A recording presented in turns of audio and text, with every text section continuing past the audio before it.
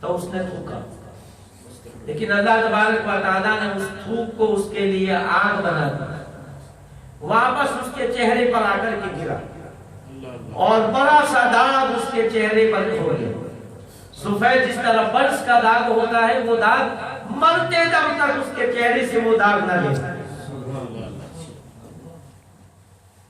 اسی لیے آقا دو عالم صلی اللہ علیہ وسلم نے فرمایا کہ اللہ کی راہ میں جتنا مجھے ستایا گیا، جتنی اذیتیں مجھے دی گئی ہے، جتنی تکلیفیں مجھے دی گئی ہے، مجھ سے پہلے کسی اور نبی کو اتنا نہیں ستایا گیا۔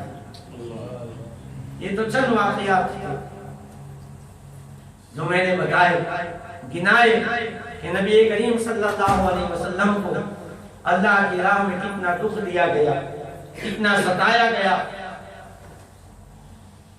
پھر بھی جب حضرت حمزہ رضی اللہ تعالیٰ عنہ آپ کے ایمان لانے کا واقعہ مورخین نے اس طرح بیان کیا ہے کہ صفا پہاڑ کے پاس نبی کریم صلی اللہ علیہ وسلم کو ابو جہل مل گئے،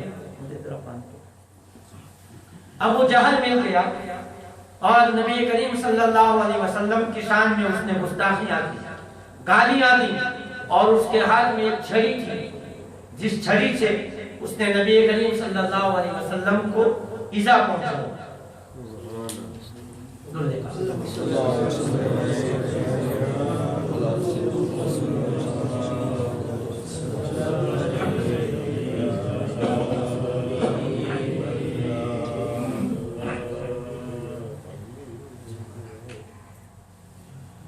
صفا کے پاس ہی ایک قریشی کا گھر تھا، اس گھر کی جو باندی تھی وہ سارا کچھ دیکھ رہی تھی۔ ابو جہل کی ساری باتیں بھی اس نے سنی، سرکار کو اس نے ایذا پہنچائی وہ بھی اس نے دیکھا۔ حضرت امیر حمزہ رضی اللہ تعالیٰ عنہ شکار کو تشریف لے گئے تھے، ابھی ایمان نہیں لائے تھے۔ آپ کا معمول تھا کہ آپ جب شکار سے آتے تو سب سے پہلے خانہ کعبہ کا طواف کرتے اور پھر صفا پہاڑی کے پاس جاتے۔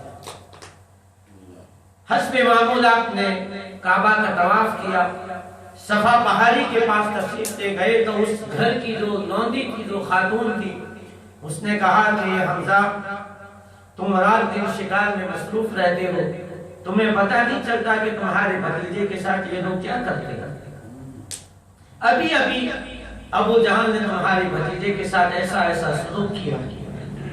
حضرت حمزہ رضی اللہ تعالیٰ کو اپنے گھر جانے کے بجائے سیدھے تشریف لے گئے ابو جہل کے پاس جو خانہ کعبہ میں بیٹھا ہوا تھا، واپس آئے اور جو کمان تھی آپ کے ساتھ تیر چلانے والی، اس کمان سے ابو جہل کا سر پھوڑ دیا اور کہنے لگا کہ عمرو بن ہشام یاد رکھ لے کہ آج سے میں نے بھی محمد صلی اللہ علیہ وسلم کا کلمہ پڑھ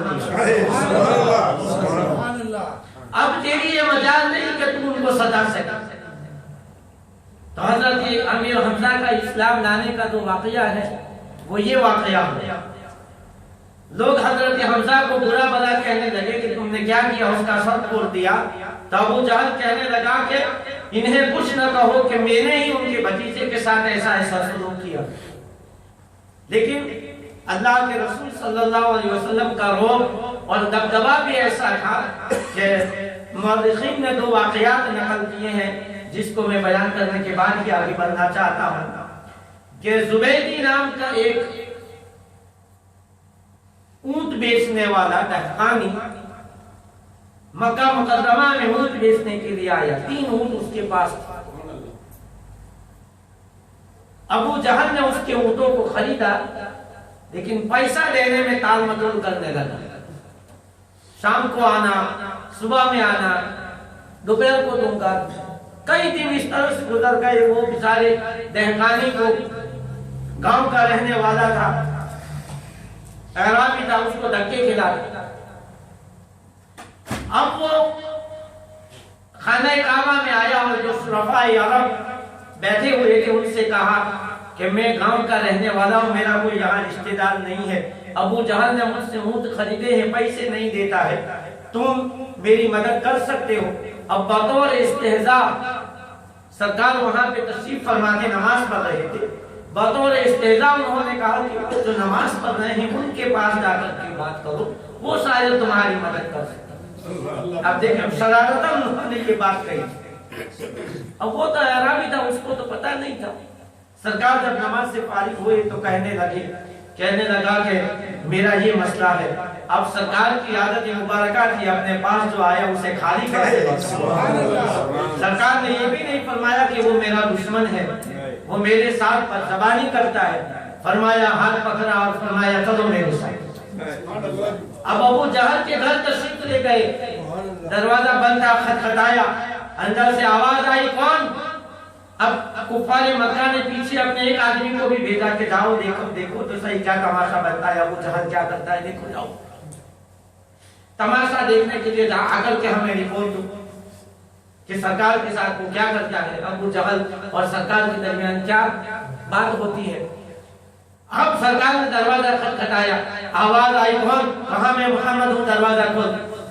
جب دروازہ کھولا پسینے سے سرابور، سرکار نے اتنا ہی فرمایا کہ اس بیٹی کے پیسے دے دو، ابھی دے دو۔ اس انکساری کے ساتھ سہما ہوا وہ گیا گھر میں، تھوڑی دیر کے بعد ساری رقم لے کر کے واپس آ گیا اور کہا یہ دو رقم۔ اب وہ شخص بڑا حیران، کفار مکہ نے جا کر کے کہا، جا کر سے کہتا ہے کفار مکہ سے کہ یہ واقعہ ہوا، وہ تو پسینہ پسینہ ہو گیا، اس سے تو کوئی بات ہو ہی نہیں سکی، وہ تو اتنا ڈر گیا، سہم گیا کہ فوراً تو کوئی جواب نہیں، رقم لے کر کے آیا وہ اس کو واپس لوٹایا۔ دو تاجر تھے، دونوں کے ساتھ ایسا واقعہ سیرت کی کتابوں میں بیان کیا گیا، تو رعب اور دبدبا کا بھی کیا گیا۔ اب انہوں نے جب حضرت امیر حمزہ ایمان لے آئے، سیدنا فاروق اعظم رضی اللہ تعالیٰ عنہ ایمان لے آئے، تو اب کفار مکہ نے اس بات کا مصمم ارادہ کر لیا کہ اب نبی کریم صلی اللہ علیہ وسلم کو راستے سے ہٹا دیا، سرکار کے قتل کے منصوبے بنانے لگا، مصمم پکا ارادہ کر دیا کہ اب چونکہ اسلام بڑھتا جا رہا ہے، ہم ان کا مقابلہ اب کرنے سے قاصر ہیں۔ وہ تلاش کر رہے تھے کہ کوئی غیر قریشی جو قریش کا نہ ہو وہ ہمیں مل جائے، وہ سرکار کا کام تمام کرے تاکہ ہم پر کوئی بات نہ ہو، کوئی باہر کا رہنے والا ہو جس کو ہم تھوڑے پیسے دے دیں اور وہ کام کر دے، پھر قریش ہم سے خون بہا مانگے گا، جتنا مانگے گا ہم دے دیں گے، اور اس طرح محمد صلی اللہ علیہ وسلم سے ہمیں نجات مل جائے گی۔ ان کے ارادے اتنے خطرناک تھے، اور یہ رات دن اب سرکار کی تلاش میں تھے، حالانکہ حضرت امیر حمزہ تھے، حضرت فاروق اعظم رضی اللہ تعالیٰ عنہ چچا حضرت ابو طالب ابھی حیات تھے، لیکن اس کے باوجود بھی چونکہ وہ بڑے قبائل تھے، اور ظاہر ہے کہ اگر وہ کوئی باہر سے کوئی بندہ لے آتے ہیں اس طرح کا کام انجام دینے کے لیے تو وہ یہی کہہ سکتے تھے ہم نے تو نہیں کیا، پتہ نہیں کس نے کیا ہے۔ حضرت ابو طالب نے پھر اپنے خاندان بنی ہاشم اور بنی مطلب کے ساتھ شعب ابی طالب میں چلے جانے کا ارادہ فرمایا۔ شعب دو پہاڑوں کے درمیان جو تنگ راستہ ہوتا ہے اس کو کہا جاتا ہے، پہاڑ ہیں دونوں طرف اور تنگ جو راستہ ہوتا ہے اس کو شعب کہا جاتا ہے، اور یہ حضرت ابو طالب کی ملکیت میں وراثت میں ملی، اس کے مالک حضرت ابو طالب ہی تھے، اسی لیے اس کو شعب ابی طالب کہا جاتا ہے۔ یہ دو پہاڑوں کے درمیان اب آر بنا لی گئی دونوں پہاڑوں کے درمیان، اور وہاں پر حضرت ابو طالب آپ کا پورا خاندان، بنی ہاشم پورا خاندان اور بنی عبد المطلب جس میں حضرت حمزہ، حضرت سعد بن وقاص رضی اللہ تعالیٰ عنہ جیسے صحابی۔ اب صحاب ابی طالب میں جب یہ قید ہو گئے، خود ہی اپنے آپ کو انہوں نے محسوس کر لیا، خود ہی یہ چلے گئے، اور احتیاط اتنی کرتے تھے حضرت ابو طالب کہ جب رات کے وقت نبی کریم صلی اللہ علیہ وسلم کو سلاتے تو تھوڑی دیر کے لیے آپ وہیں ان کو سلاتے، اس کے بعد پھر وہاں سے آپ کو اٹھا دیتے اور کسی دوسری جگہ پر ابو طالب سرکار کو لے جاتے اور سرکار کی جگہ پر اپنے بیٹے یا اپنے کوئی رشتہ دار کو سلا دیتے کہ کہیں رات کے وقت حملہ نہ کر، کسی نے دیکھا ہو کہ یہاں پر سنتے ہیں تو یہاں آ کر کے کہیں یہ سرکار کو ایذا نہ پہنچے، اتنی احتیاط کیا کرتے تھے۔ اس دوران کفار مکہ کی میٹنگ ہوتی ہے، سارے قبائل اکٹھے ہوتے اور کہتے ہیں کہ جب تک ہم، یہ ان کا مطالبہ کیا تھا کہ محمد صلی اللہ علیہ وسلم کو ہمارے حوالے کر دیا جائے اور ہم ان کو قتل کر دیں۔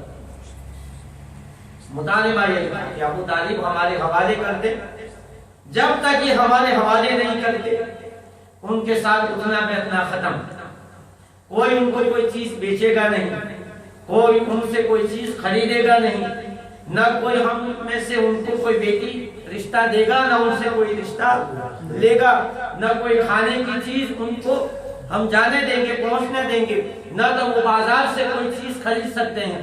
بازاروں میں دکان والوں کو کہہ دیا گیا کہ بنی ہاشم اور بنی مطلب کو اگر تم نے سودا بیچا تو تم اس بازار میں کوئی سودا نہیں کر سکتے، تم اس بازار میں تجارت نہیں کر سکتے۔ اور یہ جو لکھا گیا تھا ایگریمنٹ، اس کو لکھنے والا سیرت کی کتابوں میں آتا ہے منصور بن اکرمہ بن حرب، منصور بن اکرمہ بن حرب تھا جس نے یہ لکھا تھا۔ اللہ تبارک و تعالیٰ نے اس کی انگلیوں کو شل کر اس معاہدے کے بعد کوئی چیز لکھ نہ سکتا، شل ہو گئی اس کی۔ اور پھر انہوں نے کیا کیا کہ اس پر سارے قبائل نے دستخط کیے اور خانہ کعبہ کے اندر، تاکہ کوئی اس میں تبدیلی نہ کر سکے، خانہ کعبہ کے اندر اس کو لگا دیا تاکہ سب اس کو پڑھ سکیں اور کوئی اس میں رد و بدل نہ کر سکے۔ اور یہ کوئی 2-4 مہینے کا عرصہ نہیں تھا، 3 سال کا عرصہ تھا۔ سعد بن وقاص رضی اللہ تعالیٰ عنہ خود ان دنوں کو یاد کرتے ہوئے فرماتے کہ ہم بیری کے پتے اور درختوں کے پتے کھا کر کے گزارا کیا کرتے تھے۔ جب ہم رفع حاجت کے لیے جاتے تو بکری کی مینڈیوں کی طرح مادہ ہمارے پیٹوں سے خارج ہو جاتا تھا، کیونکہ پتے جو کھاتے تھے۔ فرماتے ہیں کہ ایک رات کو میں پیشاب کرنے کے لیے اٹھا، مجھے کوئی چیز نرم نرم محسوس ہوئی، میں نے اس کو کھا لیا، آج تک مجھے پتا نہیں کہ وہ کیا چیز ہے۔ اور ایک دن میں رات کو اٹھا، ایک رات کو میرے پاؤں میں کوئی چیز لگی، میں نے دیکھا کہ وہ اونٹ کے گوشت، اونٹ کے چمڑے کا حصہ تھا، ٹکڑا تھا۔ میں وہ لایا، دھویا اور اس کو پکایا اور 3 دن تک وہ کھاتا رہا۔ لیکن ایک شخصیت تھی جو گاہے بگاہے، جن کا نام ہشام بن عمرو آتا ہے، بنی ہاشم سے ان کی رشتہ داری میں انصاف پرست بھی تھی۔ انہوں نے ایک رات 2-3 اونٹ سامان سے لاد کر کے صحابہ ابی طالب میں پہنچا دیا۔ کچھ دنوں کے بعد یہ اس طرح سے اونٹوں پر، کبھی خچروں پر ڈال کر کے سامان یہ چوری چھپی بھیجا کرتے تھے۔ کفار مکہ کو جب پتہ چل گیا تو ولید بن مغیرہ نے تلوار نکالی کہ تم ہی ہو جو معاہدے کے خلاف ورزی کرتے ہو۔ ابو سفیان بیچ میں آیا اور معاملے کو ٹھنڈا کیا۔ حکیم بن حزام، یہ حضرت خدیجہ الکبریٰ رضی اللہ تعالی عنہا کے بھتیجے تھے، حضرت خدیجہ بھی حیات تھی، وہ بھی صحابہ ابی طالب میں تھی۔ رات کے وقت اپنے پیٹھ پر گندم کی بوری ڈال کر کے صحابہ ابی طالب میں جا گئی کہ ابو سفیان پہرے بھی لگائے ہوئے تھے۔ تو ابو جہل مل گیا، کہنے لگا کہ حکیم کدھر جا رہے ہیں؟ کہنے لگا اپنی پھوپھی کے پاس جا رہا ہے۔ تو ابو جہل کہنے لگا کہ واپس چلو اور خانہ کعبہ میں میرے ساتھ، جب تک میں تمہیں رسوا نہ کر دوں تم اس گندم کی گولی وہاں تک نہیں پہنچا سکتا۔ تو ابو البختری جن کا پچھلے دنوں ہم بیان کر چکے ہیں، وہ آئے اور کہا کہ ابو جہل تجھے کیا تکلیف ہے؟ ان کی پھوپھی نے کچھ گندم اپنے بھتیجے کو رکھنے کے لیے دیے تھے، یہ آج واپس اپنی پھوپھی کو دینے کے لیے جا رہے ہیں، تجھے کیا تکلیف ہو رہی؟ ابو جہل بگڑ گیا کہ نہیں تم جھوٹ بول رہے۔ اب ابو البختری نے اونٹ کی ایک ہڈی وہاں پر پڑی کہ اٹھا کر ابو جہل کے سر پہ جمائی اور اس کو لہو لہان کر دیا۔ 3 سال کا عرصہ تھا، لیکن ظاہر ہے کہ کچھ ان میں سے عقل سے ایمان نہیں لائے تھے۔ زہیر تھے، یہ ہشام تھے، ابو البختری تھے، عمر بن قیس تھے، یہ 5 ایسے تھے جو ایک کے بعد ایک دوسرے سے ملتے ہیں اور کہتے ہیں کہ تم تو اپنے گھروں میں لذیذ کھانے کھاؤ اور بنی ہاشم اور بنی عبد المطلب سوکھی روٹی کے ٹکڑے بھی ان کو میسر نہیں ہے، گوشت کے ٹکڑے بھی انہیں میسر نہیں ہے، یہ اونٹ کا چمڑا بھگو بھگو کر کھاتے ہیں۔ کیا تمہیں رات کو نیند آتی ہے؟ کیا تمہارے دل میں تمہارا ضمیر تمہیں ملامت نہیں کرتا؟ زہیر کے پاس گئے ابو البختری، کہنے لگے زہیر کہ میں اکیلا ہوں، کیا کر سکتا ہوں؟ کہنے لگا اور بھی میں تمہارے ساتھ ایک بندے کو لاتا ہوں۔ کہا کون ہے؟ کہا میں ساتھ ہوگا۔ پھر کہنے لگے کہ کوئی تیسرا آدمی بھی ہم تلاش کریں۔ تو مطعم کے پاس گئے، مطعم کہنے لگے کہ میں اکیلا کیا کر سکتا ہوں؟ کہنے لگے کہ ہم 2 تمہارے ساتھ ہیں۔ کہنے لگے چوتھا اور تلاش کرو۔ عمر بن قیس کے پاس جاتے ہیں، انہوں نے کہا میں اکیلا کیا کر سکتا ہوں؟ فرمایا کہ ہم تمہارے ساتھ ہیں۔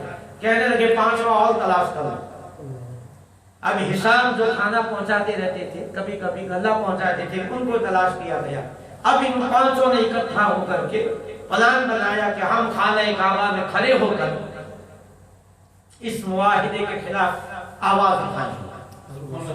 ادھر اللہ تبارک و تعالیٰ نے کیا کیا کہ جو معاہدہ لکھا تھا، انسان تو اس کو ہاتھ نہیں لگا سکتا تھا۔ 2-4 منٹ میں بات ختم کرتا ہوں کہ کوئی اور تو ہاتھ نہیں لگا سکتا تھا، لیکن اللہ تبارک و تعالیٰ نے دماغ کو اس پر مقرر کر دیا۔ اب دماغ جو ہے وہ اس کو کھا رہی ہے، لیکن اللہ کا کلام تھا، جہاں جہاں لفظ اللہ کو تو وہ بھی مانتے تھے، سرکار کے رسالت کے یہ منکر تھے۔